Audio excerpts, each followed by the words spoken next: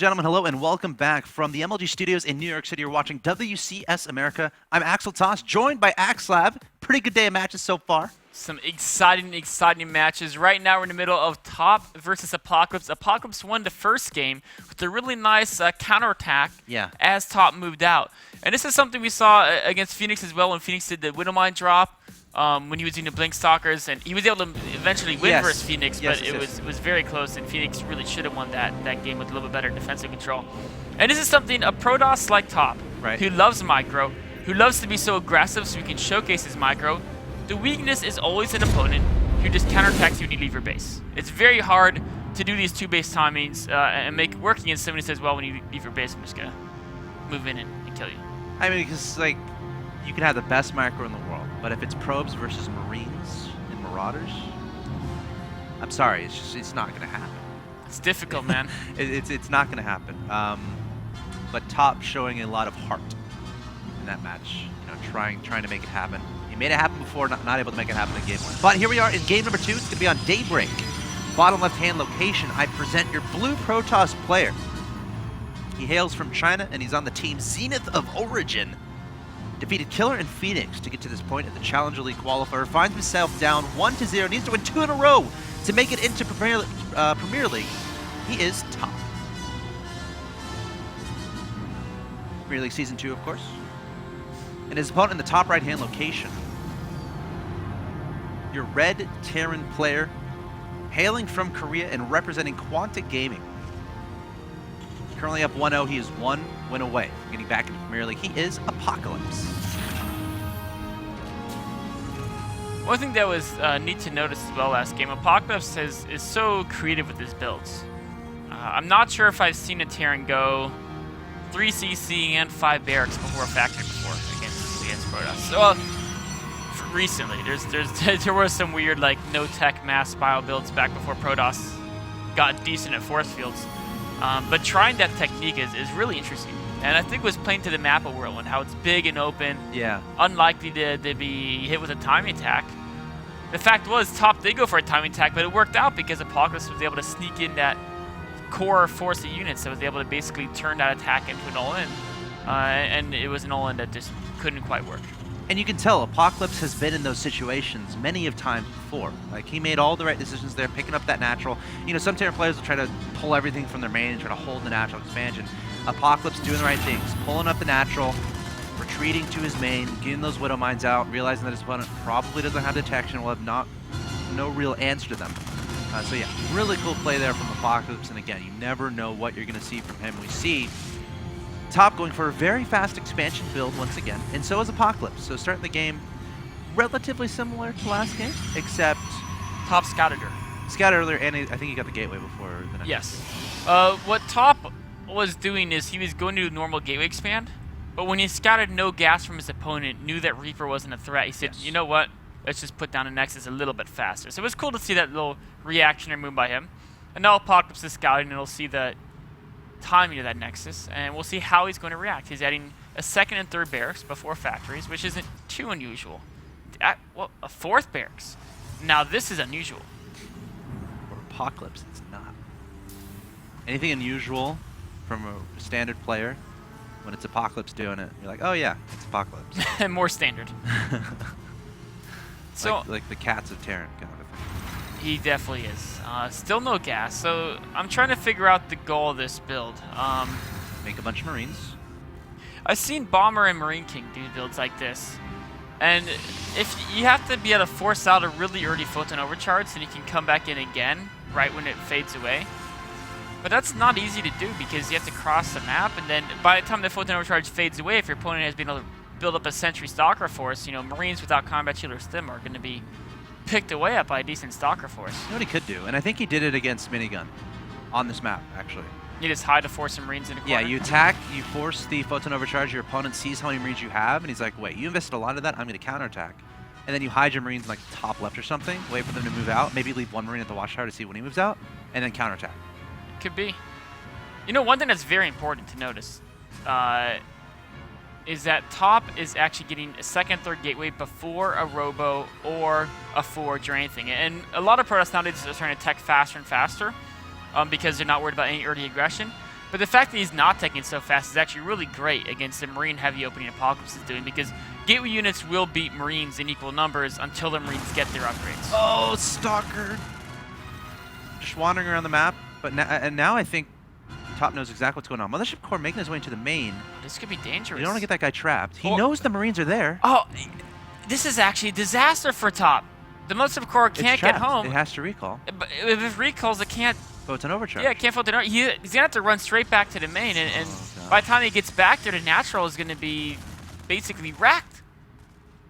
Oh, he could try to delay this. Oh my god, that's so many Marines heading straight for the natural expansion. No photon overcharge available. Top hastily trying to return home. Stalkers being warped in. I guess it's the good thing about getting those gateways earlier. You can warp in those Stalkers, throwing down one force field, trying to split up those Marines a little bit. The Marines continue to kite, charge forward, taking down a center. These Stalkers are vulnerable. Probes are vulnerable as well. Mothership Core, how far away is it? I think it's approaching. It's going to throw down that photon overcharge right away. But already so much damage being done here. Oh no! Stalkers are getting cornered. They're in the back. Mothership Core is on break It's at in the bottom. main. He is going to hold this off, but he's losing a lot of probes, and this is the whole goal of Apocalypse's build, is just get a lot of economic damage done to compensate for the late tech. Behind this, working on +1, hasn't started to stim just yet. Mothership Core, here I am! Here Stalker's like, where have you been, man? Gosh. 10 probe kills is pretty A significant. bunch of our little probe buddies just died. You know, that Mothership Core probably feels terrible, though. Oh, yeah. Like, he was just trying to get scouting done. It's like when you play Keeper in soccer. Ah. And you just let a bunch of goals by, and then you block one. You're like, yeah! I have a feeling there's, like, some personal experience here that you're drawing this from. I did play goalie in real soccer, so. I think he'd be a good goalie. It's a very... you would think that Top's Mothership Core would be a good Mothership Core too, but sometimes you have an off day, you know, and this day was an off day for the Mothership Core. Was indeed. One thing that's interesting to think about is he killed 10 probes, right? And this is actually a much bigger deal in this matchup than it would be in, let's say, Terran versus Zerg. If you sacrifice a bunch of Hellings to kill 10 drones, the Zerg can immediately rebuild 10, because there's no threat, right? Apocalypse can't threaten Top because he has no tech, there's no medevacs, there's no stim. So Top knows he's safe. And similar to if you sacrifice units against the Zerg knows they're safe, and then they can produce a whole bunch of drones really fast. Protoss can't do that. Even if they know they're safe, they can only produce probes at a limited rate. But what Top can do, he says, yes, I'll be behind in economy, but he's going to tech super fast. He's going to use his safety to throw a lot of money into tech. We can see that happening, going straight up to Psystorm, and this could lead to a devastating timing attack before there's, I mean, there won't even be many medevacs out, so we can't even heal, let alone get out Ghost to deal with a Psystorm. 6 gateways being added on here. You know, Top wanting to get to those units that require that micro. I mean, he loves that stuff.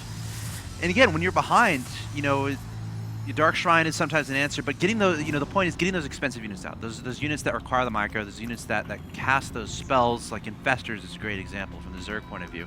That can really be very cost efficient. And we're going to have a situation where Storm's going to finish, +1 Armor's going to finish, as well as Charge. Apocalypse needs to identify those.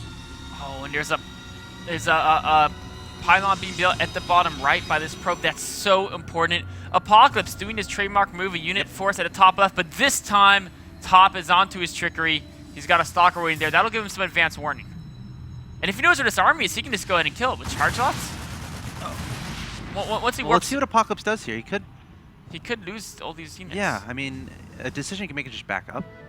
He has go to the watchtower, clear that out, but he has to back up. I guess it'd be a good thing to spot his opponent's composition, but I would only send 1 Marine stim. Maybe 1 or 2. Nothing to his opponent's natural expansion.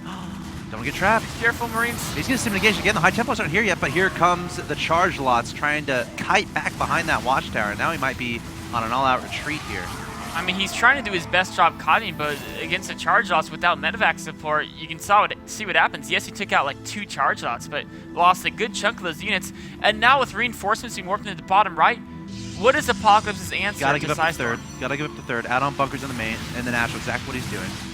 Sending some Marines and Marauders out. Now we know Stim is here. He's to split up those units. Not a lot of supporting units here. Only a few Zealots. Apocalypse has to have perfect splitting. Decent Storm there from top, and still a lot of Storms available.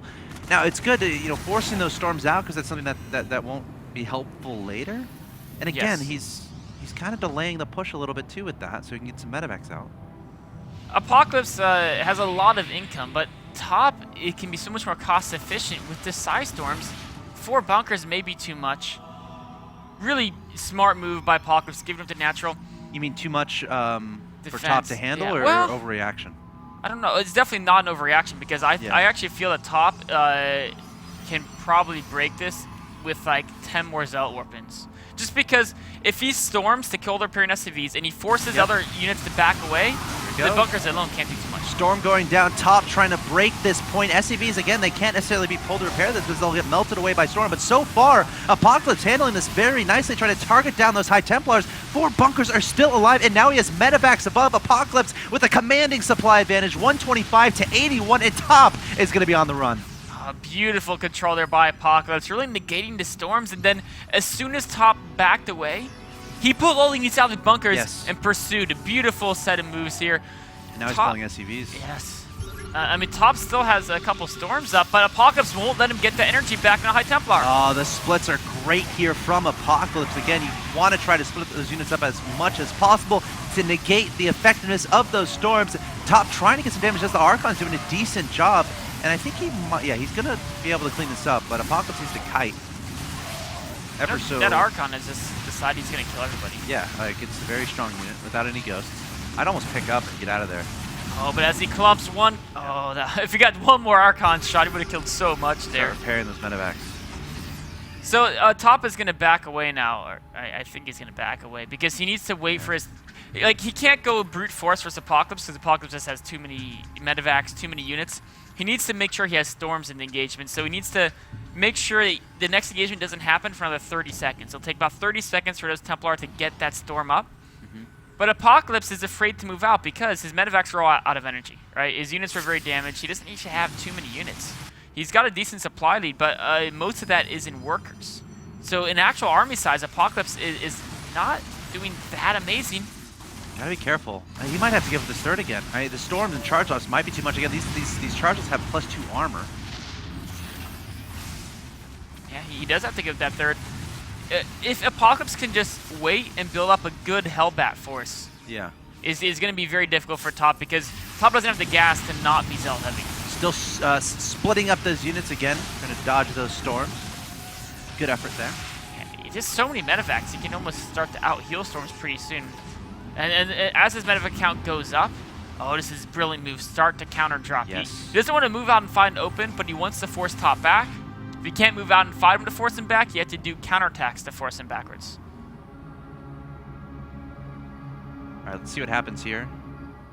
Going forward here, we see Apocalypse. SCVs are guarding the bunkers. Top's army is poised to contain him, but the drop play is coming into the third base. By the way, guys, Scarlet versus Jim and Nesty versus Kapach that have already happened today, already on YouTube. But here we go, an engagement coming into the natural expansion. Charge lots running in here. Are the ghosts down on the field yet? I don't know. There's 3 in production. There's a storm onto the army. Apocalypse is actually getting a little bit broken here. He's sending a lot of units across the field and gonna have to pull some SCVs. Top with a great effort, but he's just barely not gonna have enough, I don't think. No, not quite enough to break. A great defense on his third, though, means that he didn't have to kill this base. And Apocalypse's army is sent running back from that third base because it is Zealot warping. Yeah, he's gonna. There's a Zealot chilling underneath that orbital command at the third, forcing that to be lifted off. Eventually, the army at the third of top here is gonna be cleaned up. And this game is just getting weirder and weirder as it comes forward. Both these players just exchanging so many blows.